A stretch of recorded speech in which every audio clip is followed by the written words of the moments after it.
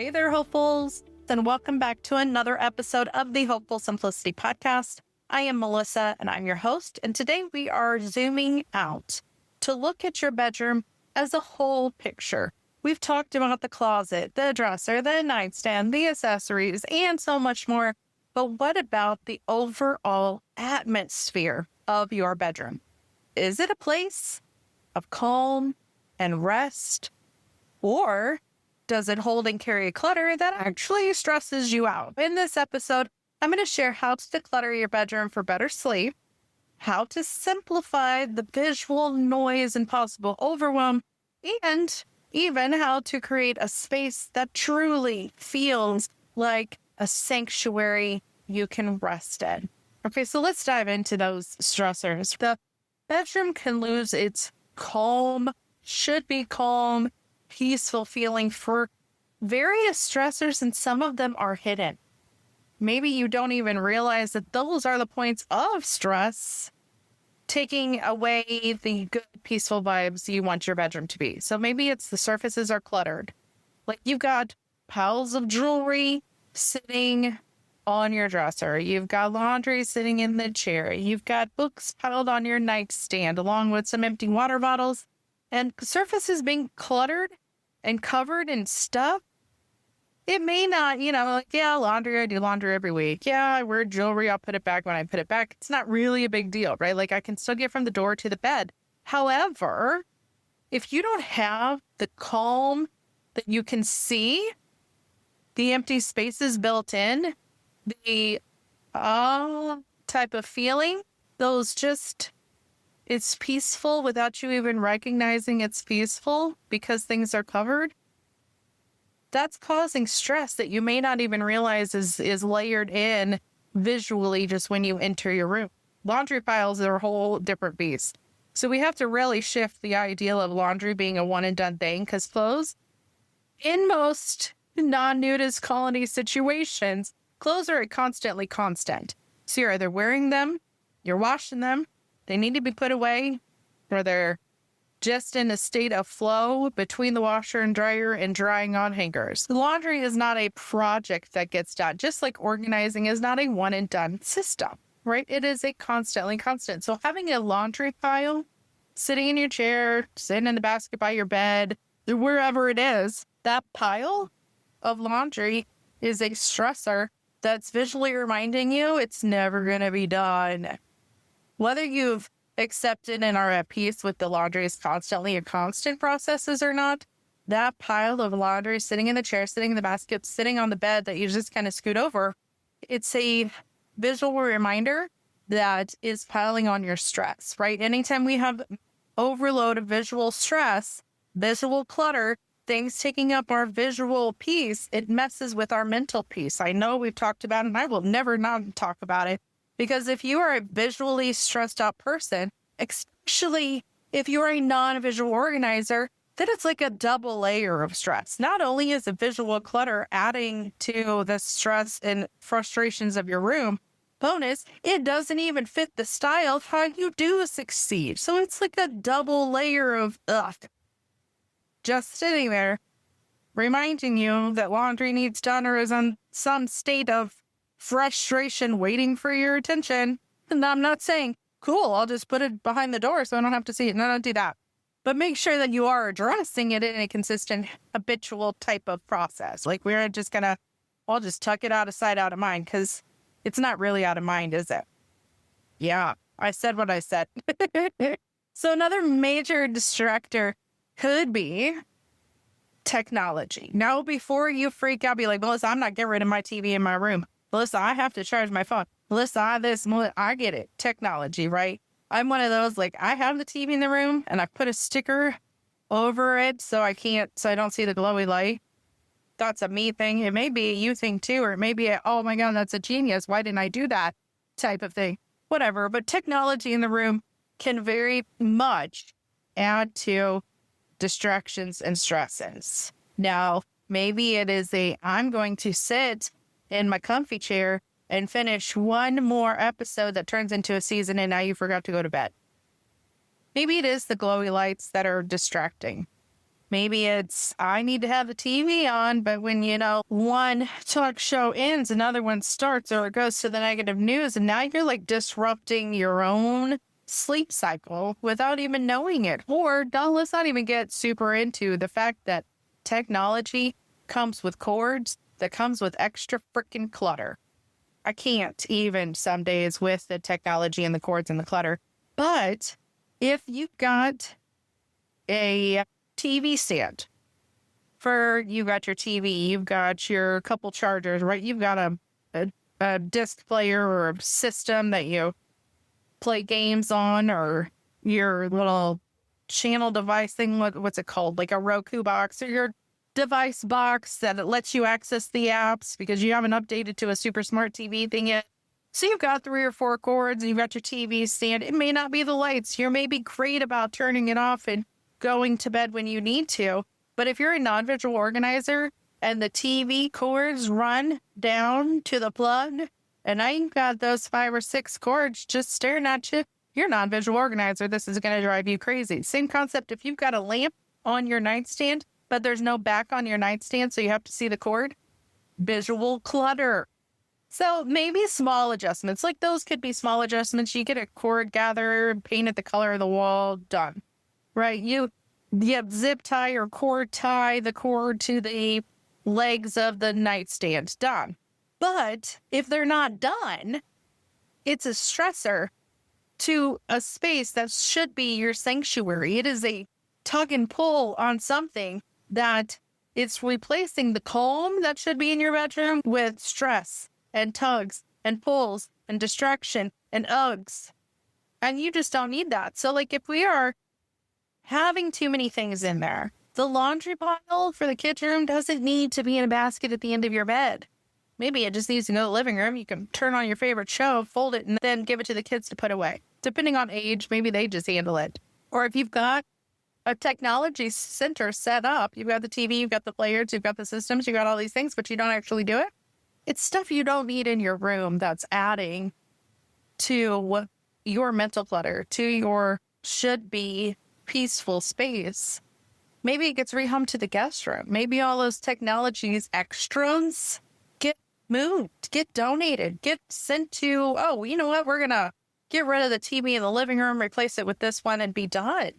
So you really take a look at your room. What could be shifted to really start the ideal of your bedroom not being a storage space, not being a typical, well, it just went here. Well, this is just here it goes. Well, this is blah, blah, blah. This is how it's always been. This is how it has to be. I freaking hate that, in case you couldn't tell. But how do we start seeing your bedroom as a this is how it's been typical storage space to a, you know what, this is my sanctuary, and I'm coming here to rest and reset myself.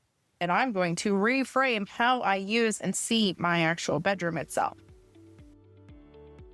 I want to pause here and ask if your bedroom at this moment feels more like a storage space or your sanctuary. If you want more guided help to build this space into your sanctuary, as well as other rooms of your own, check out the Hopeful Simplicity Library. All the details are waiting for you inside there, including the bedroom resets, guided audio through each step of the 3S method, and additional resources to help you create your sanctuary.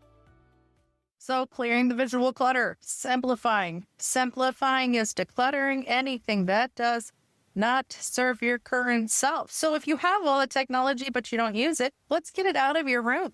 Let's move it to the other room. Maybe you have to have a duo TV system in the living room so y'all can have video game nights, competitions, whatever.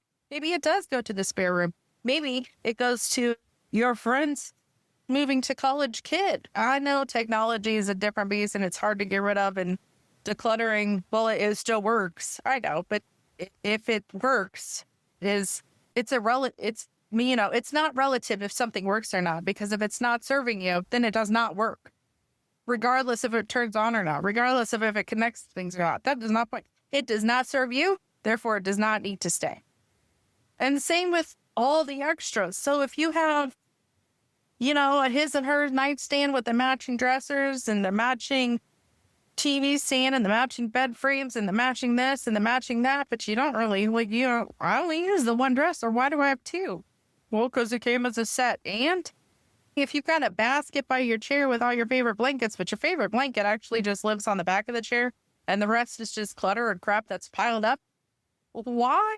Those are the things that I really want you to take a step back, look at your space and go, what do I really need in here? What do we actually use? What can be simplified out? Can the habit of the stuff comes out of the dryer and gets put in a laundry basket and that gets dropped at the edge of the bed be changed to that gets folded as it comes out the dryer and just automatically put away? Like, right? The concept of I'm not putting it down, I'm just going to put it away.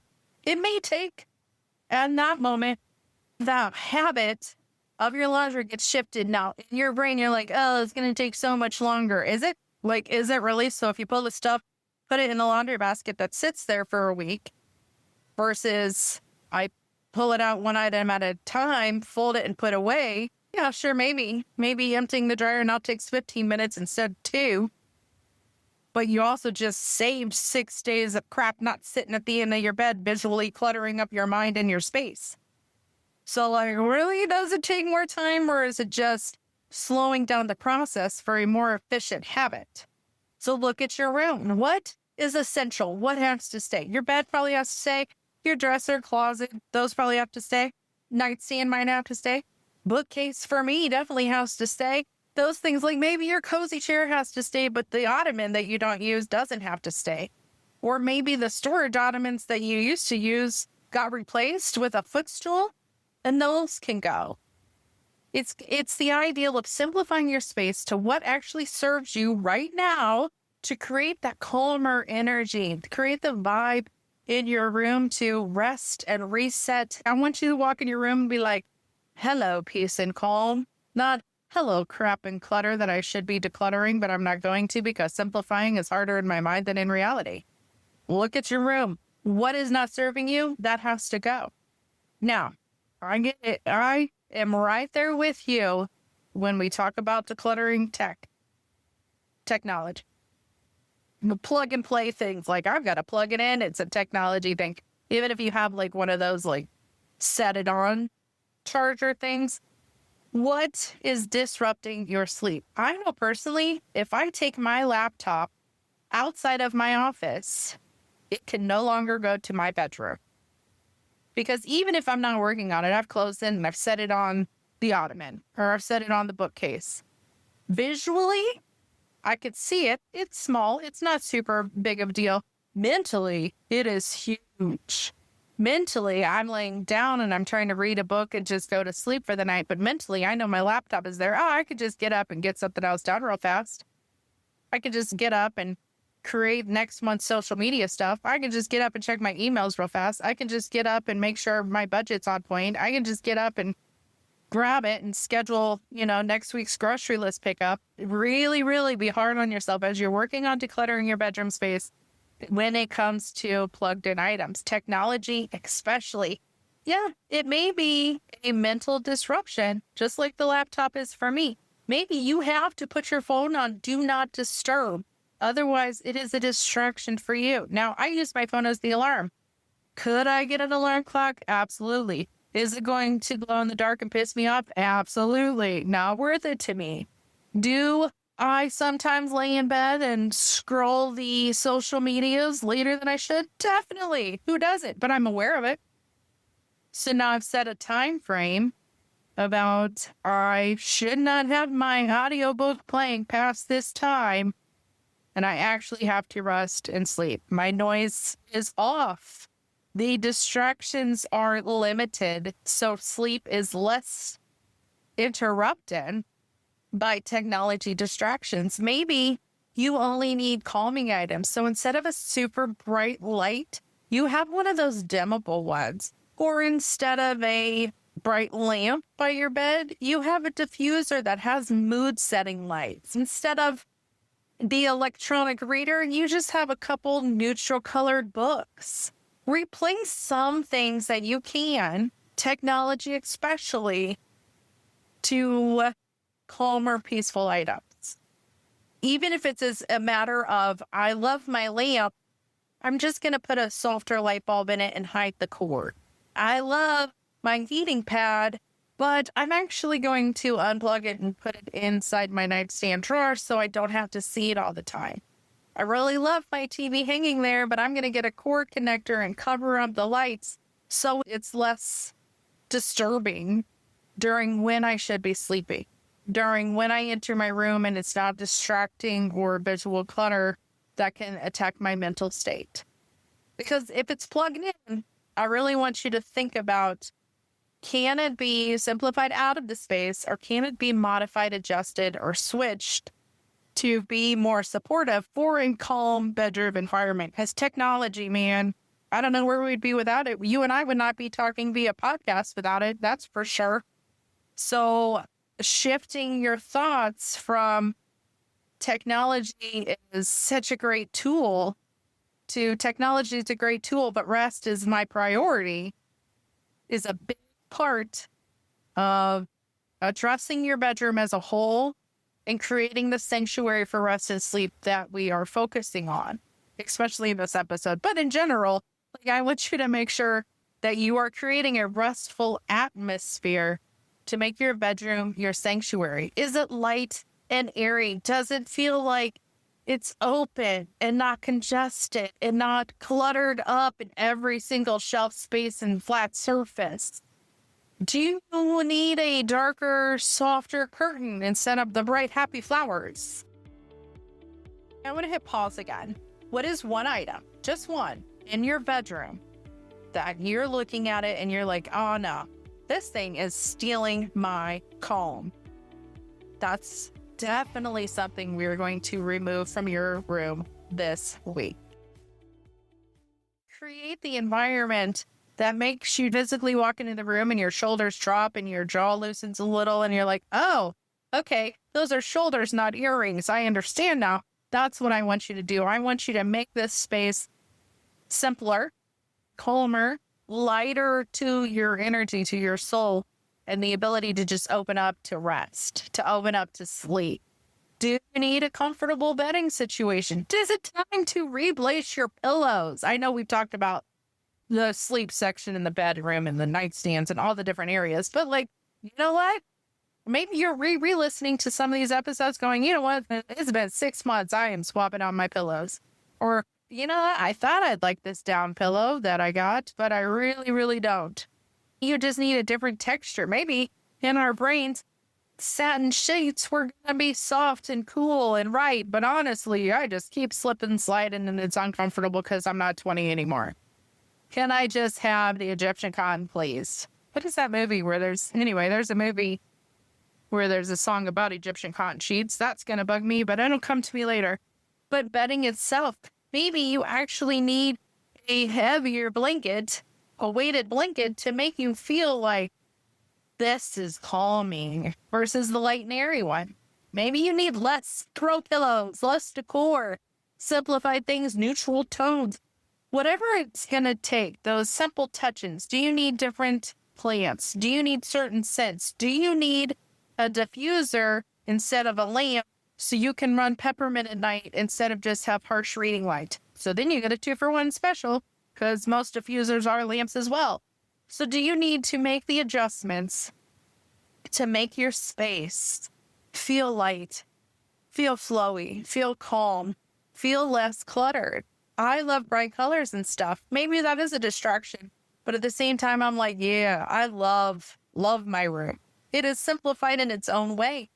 Do you walk into your bedroom and you're like, yes, hello, reset, rest, and home? Do you need a lighter color instead of a darker color?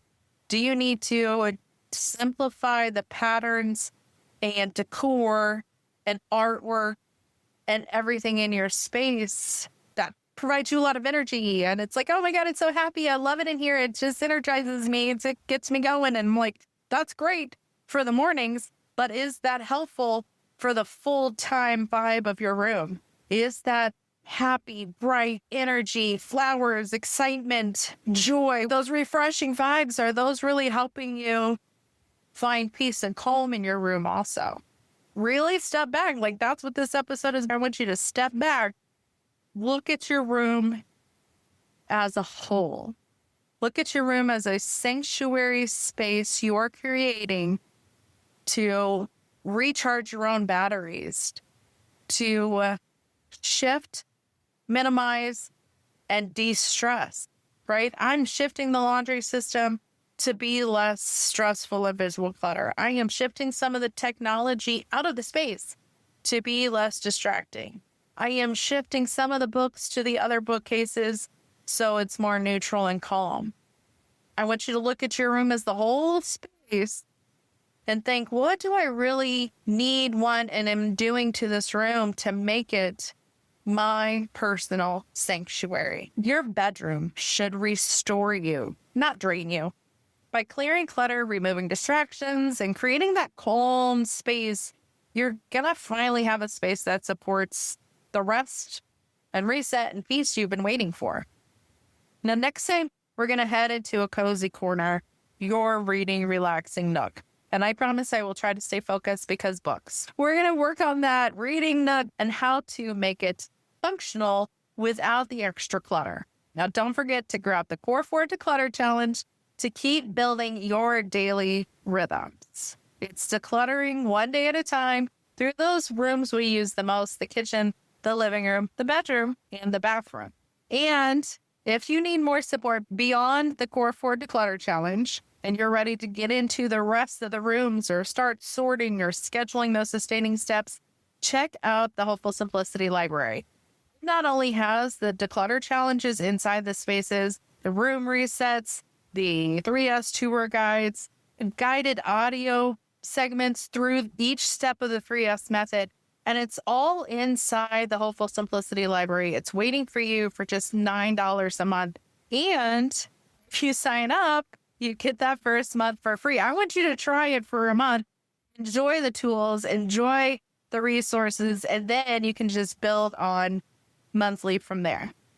That's it. Until next time, stay hopeful.